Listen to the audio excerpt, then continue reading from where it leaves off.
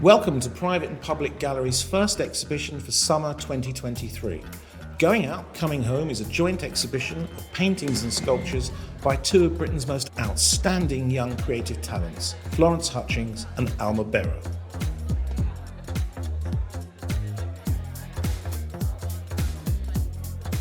I think with all of the work in this show, when making it, the thing for me that was most important, or what I really wanted to sort of like capture and give the audience a feel of, was this idea of sort of like summer holidays, English seaside, whether it's Cornwall, Dorset, Devon, Jersey. So it's that idea of sort of like eating ridiculous amounts of seafood, more seafood than you'd ever eat, or tubs of ice cream and sitting on the cliffs, taking lots of photos.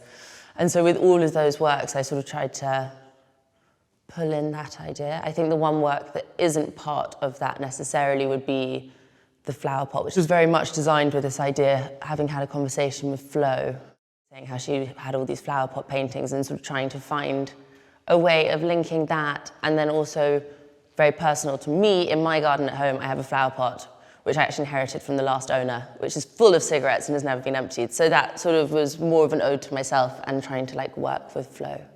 I think excess is definitely a recurring theme in my work.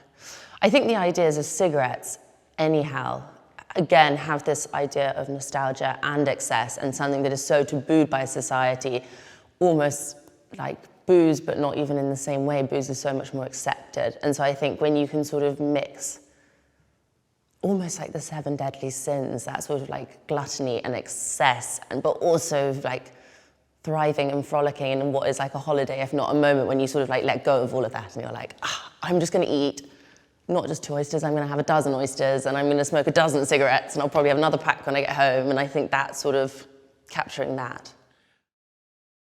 Alma, we're standing in front of a low plinth here with 4 ceramic pieces that you made specifically for this show here in Jersey. The one that I am going to reference first is this lobster bib. Tell us a bit about this particular piece.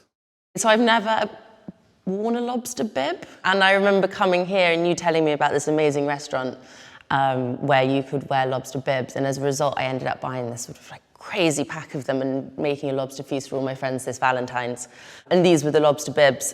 It was a replica of the ones that we had, and I thought that it was nice to sort of incorporate it into the show, having it being like related to a restaurant here. But again, that sort of, like you said, that gluttony of like wearing a bib and it all sort of like spilling down your chest whilst you're consuming, and yeah. And tell us a little bit about this. We've got an ice cream tub here that's specifically got a reference to Jersey on it. Yes. Tell us a bit about this piece. That was from when I was here last and went on the lovely long walk. We found an ice cream shack on the headland and got ice cream and sat out and watched, and yeah. So for me, I just thought that had to be something that if I was going to do the show here and sort of bring it back to Jersey, that was something I had to include.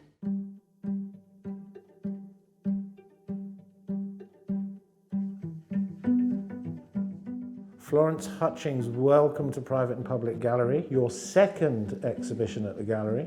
Drawings are, I know, integral to the development of the ideas within your work. Why do you draw so much? And why do you draw in this kind of conventional way, if you like, a traditional way, if you like? For me, I suppose drawing is so fundamental to painting, and I think if you kind of stay 5-6 days a week just painting in the studio, you almost get part of a void where you don't know what you're making anymore and you have nothing to work from. So for me, I'll have this sense of, I'll make a body of paintings, and then what to do next, I'll become stuck. So I might take 2 weeks out the studio and draw every single day. And for these, I set up on my dining table every houseplant I had in the house. There was probably like 15 plants on this table. And I just sat there for 4 days and I made probably about 20 drawings and kind of selected my favourite for this show. And I just draw every day. And it will be like, at first you'll think, oh, this isn't really going anywhere. I don't know what I'm doing with this set of drawings. But then by like day 3, you'll kind of be on a roll, and some of them will take even like 10 minutes, whereas some might take 2 hours of like reworking and working. But they're just so fun and more accessible. And I think that's what's so important about drawing, because it can be done anytime, even if you're on like the train, you can take a sketchbook and you can quickly draw if you've got an idea for something, whereas painting is a lot more inaccessible really, unless you've got the studio and the oil paint and a nice space to make the work. That can be a lot more challenging, but I think that's why drawing is so important. It kind of has that access to ideas that you can think a lot more, make 20 and then be like, okay, I'm going to make a set of 3 paintings from this set of 20 drawings, and that's how I usually work.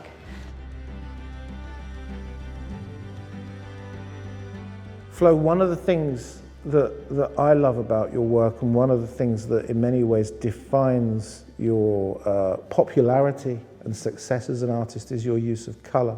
Tell us a bit about the work that we're standing in front of now. So this was one of 3 paintings I made of my kitchen pantry, and I kind of made them as a set, all on one wall in my studio, and they're mainly kind of cut out with collage, with kind of only the background being paint really.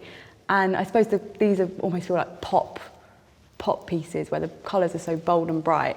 I think that comes from this element of, I sometimes paint the paper, so that's painted pink and that's painted red, but then this will be found paper I found in maybe even charity shops, or wrapping paper that has that luminescence pink, which I like how each pink is almost different, each red's different.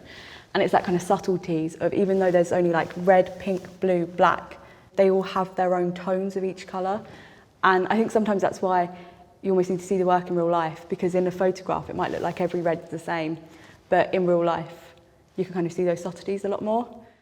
You've talked in the past about artists such as Gillian Ayres, Bonnard, Henri Matisse.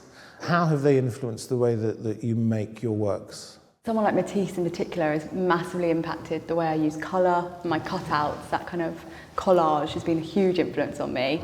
And someone like Gillian Ayres, although her work is quite different in the sense that it's completely abstract, her use of colour and her approach to painting, it's sometimes not even the subject matter, it's the way she deals with the paint, splodging it on and just attacking the canvas with great energy. And it's sometimes that energy I'd love to have in my painting as well, and try and conceive that similar feel. And with Bonnard was one of the first artists I ever loved and fell in love with when I was 16, 17, and I loved his drawing, his diaries of just drawing constantly, and I kind of that's what influenced me to start drawing everything and try and draw most days at least, and kind of be influenced by his colour as well. The exhibition runs from Friday the 2nd of June to Friday the 30th of June, and our opening times are weekdays from 12 till 6 p.m and Saturdays from 10 a.m until 2 p.m. Thank you for watching.